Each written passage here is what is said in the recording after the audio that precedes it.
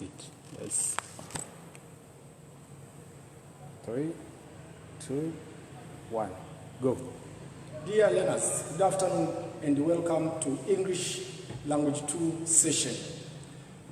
Today we are going to share about one of the topics in advanced level, specifically for Form 6, but this topic, of course, is also beneficial to students who are taking literature in English for Form 3, Form 4, as well as Form 5.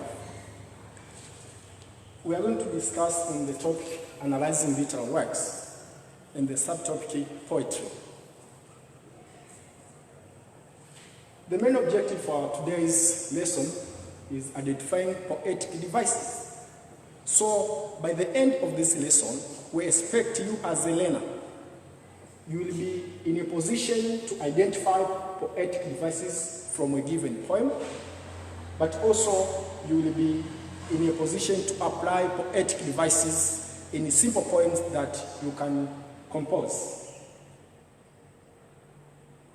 Firstly, what do you understand by poetic devices? Poetic devices refers to tools or techniques used by the poet to give their poems musical effect, emphasis, and enhance the meaning.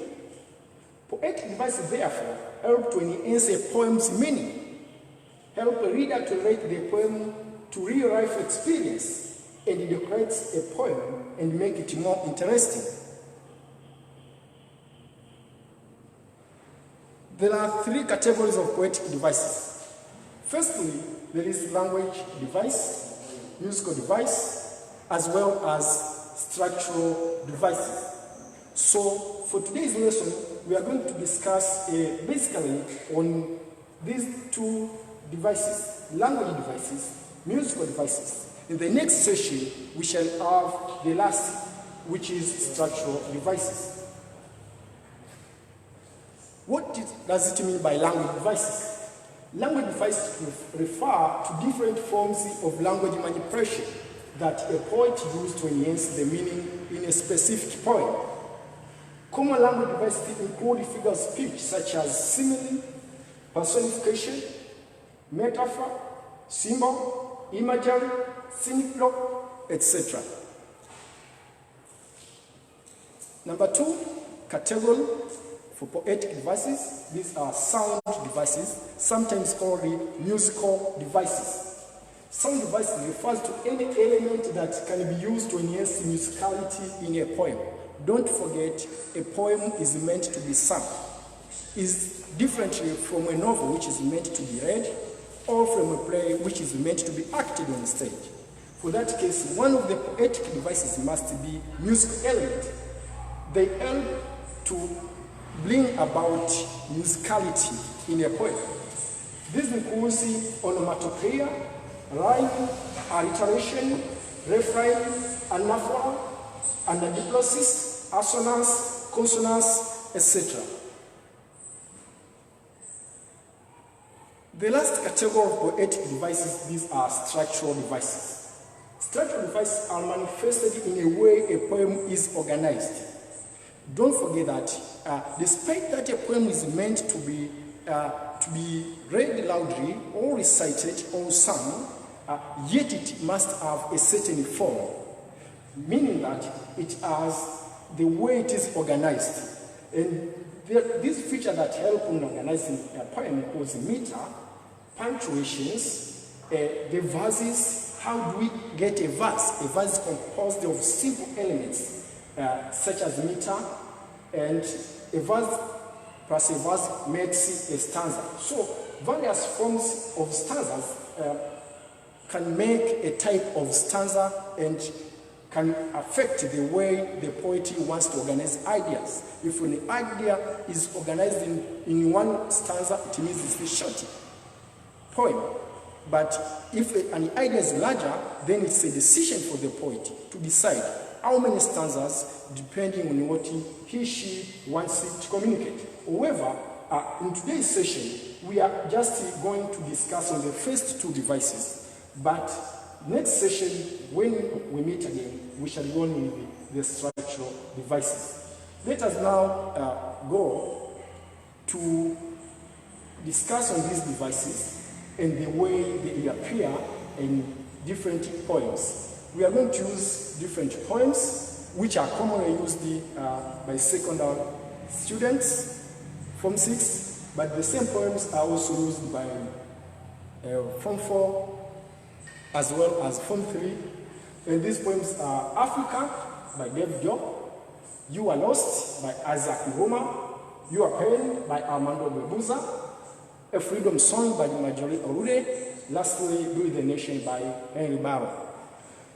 First, let us pass through the language devices. As I've told you, today we are going to discuss on two categories of poetic devices.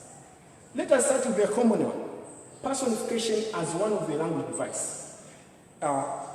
In the selected poems we have put there, the poem Africa, the poet David Diop has applied personification because it assumes that Africa is a person who can hear, who can reply. That's why you can see is asking Africa, Africa, tell me Africa. You see? So we say Africa is given the ability to speak and listen like a human being, as it is seen in the poem Africa by David Diop. Apart from that, another figure of speech, of course, which makes it a language device, is a scenic dog. What is a scenic dog? A scenic dog is a figure of speech, or we would say a device in which a theme for a part represents the whole part, or the whole part can represent the part, meaning that when we have a whole representing a part, or vice versa, in literary genres, then we say it's the application of scenic dog. How does this form of figure of speech or poetic device and the language device appear in the poems we have selected here? In the poem You Are Pain by Armando Bebuza, we can see the way it manipulates the language to show that eyes, blood, scars, the way they can represent a human being. Many of students do confuse scenic rock under this regard with the personification. In fact, here, the eye is a part of human being. Therefore, when it says eyes will be speaking of revolts, it means it's a human being who will be speaking of revolts. For that case, this is not personification, because the eye has not been given a human ability because it's a part of human being. Therefore, is that the part of human being has represented the human being. This is what we call scenic rock, and the other verses, as you can see, blood shall get victory, scars will be remembering the whips. Also, in the poem You Are Lost, there is application of scenic dog. Isaac Ngoma, in fact, used this technique, and does this when is lamented to the dada.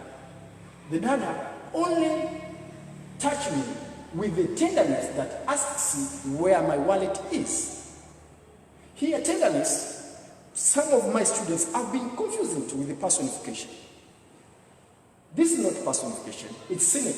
Why? Because tenderness is a part of that dada. Here is saying the dada himself, herself, asks where the man's wallet is. For that case, with these examples, you can also visit in other poems and try to look on how scenic dog has been applied in the poems you have been meeting. But from that, in these selected poems, one of the common figure of speech, as well, which we call here language device, is symbolism. And symbolism has been applied almost in all poems selected there, but here, let us just use a few examples. In the poem Africa, the young tree is a symbol of new Africa. Also, faded flowers in this poem may symbolize challenges facing African continent. As you can see, impetus child, that tree, young and strong, that tree over there, splendidly along amidst white and fading flowers, that is your Africa spring up anew. Don't forget, dear readers, symbolism, in fact, it's a factor a concrete object that should be representing an abstract. Here we have the trees. A concrete is something we can see, we can touch, but it represents Africa, something that we can assume abstractly. For that case, don't mix an abstract and an abstract. A concrete cannot represent a concrete, and an abstract cannot represent an abstract. That's one of the rules in symbolism. But as one of the poem Freedom Song, meat and sugar represents nutrition which Atieno lacked during her lifetime. This is really the last stanza where the persona says, meat and sugar more than all she ate such in our life. Here the poet Marlius has said to use meat and sugar, but to represent that among other things Atieno lacked were nutrition. She was not accessing nutritious foods. For that case, use meat and sugar, of which we know commonly are part and parcel of man's dish, of man's meal. For that case, these things Atieno did not get them, but it's just a representative. These are symbols representing that she were missing other things when she was alive. Another language device is rhetorical question.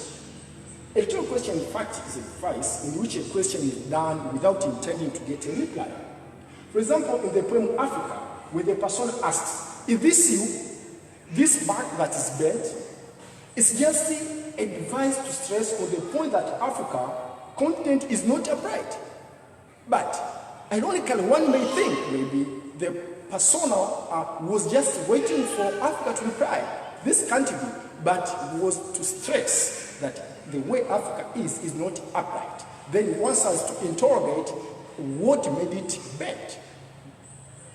In the poem A Freedom Song, the rhetorical question as a device is applied in various ways, where the poet wants to say that no one cares for Atieno. That girl stays too long at the market. Who will teach her what is right? In fact, Atieno's uncle, in fact, with the persona here, doesn't ask this question to anyone. But it's a technique used by the poet. The poet wants to show that Atieno is not being cared of. And a reader later don't wonder if you find something immoral happening to Atieno, but God forbid, because she has no one to take care, to teach her what is right at that age. So these are some of the language devices that I tried to share with you, but you can go in other poems and look for other common devices such as irony, metaphor, simile, imagery, and find a way, the way they are applied, they are used in the poems. Now let us move to sound devices. This is the second category of poetic devices. Anaphora, being one of the sound devices, has been pointed here so that it may be discussed well and fully to at least to make you aware its use, its application. Anaphora refers to the poetic device in which the same word is repeated at the beginning of consecutive verses.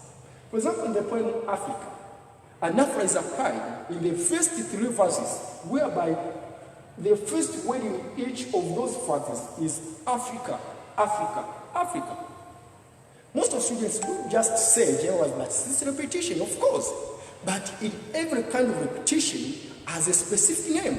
So in this regard, this is what you call anaphora. For that case, at the other time you meet the poem, you must be in a position to ask yourself, what kind of repetition is this? Therefore, let us now move on to see another poem which uses anaphora. A freedom song, of course. Anaphora as sound device is applied in the first stanza. Why? To emphasize that the key issue in this poem is Atieno. That's why Marlius purposefully used Atieno at the beginning of 3 verses. Atieno washes dishes, Atieno cuts the chicken, Atieno gets up early. Why? Because Atieno is the main center. There's this kind of repetition whereby a word appears at the beginning of consecutive verses is anaphora. In fact, anaphora has got a counter, and this is epiphora. Sometimes epiphora is called the epistrophe. This is a musical device in which the same word or a phrase is repeated at the end of different verses. Of course, many of us will say it's rhyme. We agree it's rhyme, but how does this poet make use of epiphora to have the rhymes at this point? For example, you see in the poem Amanda Webuza's Your Pain, your pain, my pain, your eyes, my hands, your hands. At every end of the first two verses in Amanda Webuza's Your Pain applies, in fact, this kind of musical device whereby the word is repeated. This, if you can see, is different from the previous technique whereby at the beginning we have seen the way majority use atieno as a repetition to show the main emphasis for the poem is atieno, as well as in David Diop's Africa, and the way Africa has been repeated at the beginning. Therefore, that's anaphora, and as opposed to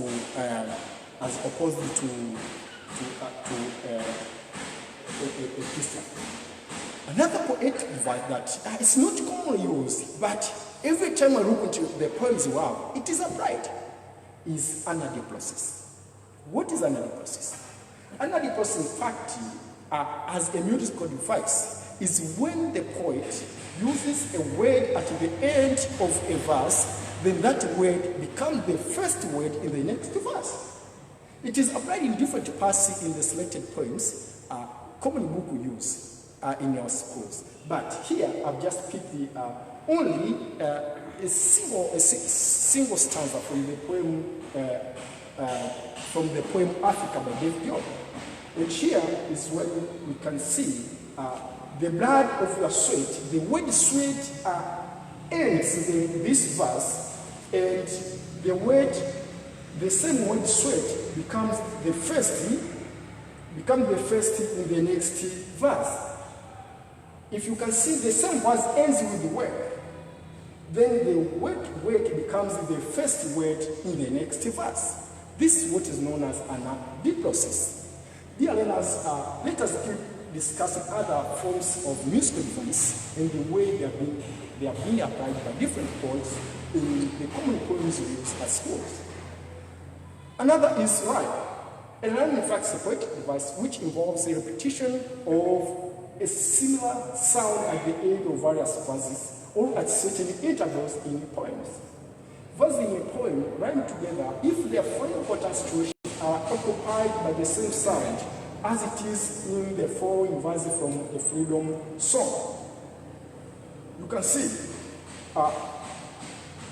one of the stanzas as some forms of rhymes. As you can see, since she is my sister's child, this verse ends with the T sound. Then the next verse ends with the prayer.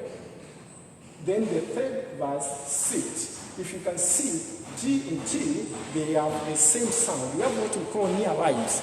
The rhymes not necessarily that it should be exactly the same sound, but here, if you can see phonologically, it has the same effect. So the first verse rhymes with the third verse, and the second verse rhymes with the fourth verse.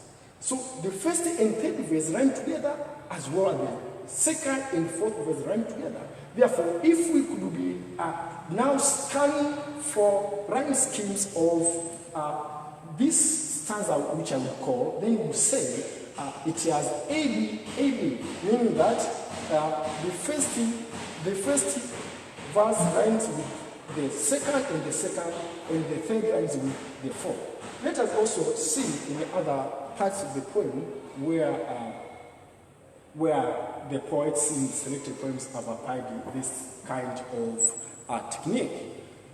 This is not else but Bao in his poem Rule the Nation, whereby in this select excerpt, you can see filter back, that back cut, you can see the first two lines rhyme, and the next three verses rhyme, and the last two verses rhyme because they have the same sound at the end.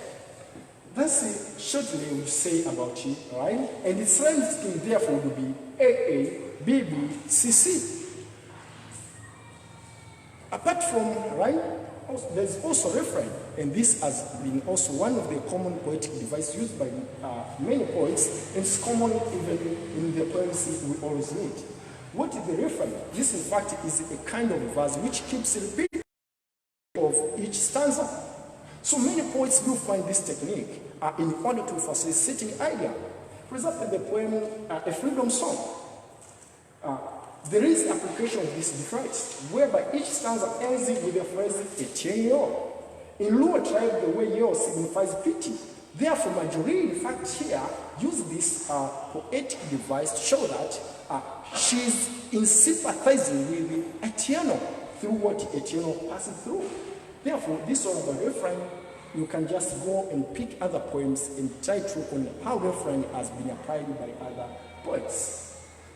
Having discussed so, and seen shortly what the poetic device means, let us now go to selected poems and see how these devices have been applied.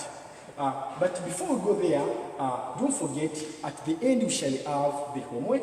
And this homework, in fact, the questions you can read, while we shall be discussing those poems, you must be thinking on how will you attempt these questions in this homework. Why? Because when we're discussing those poems specifically, and they have been presented here, the aim is to take you through other poems by using the same skills. So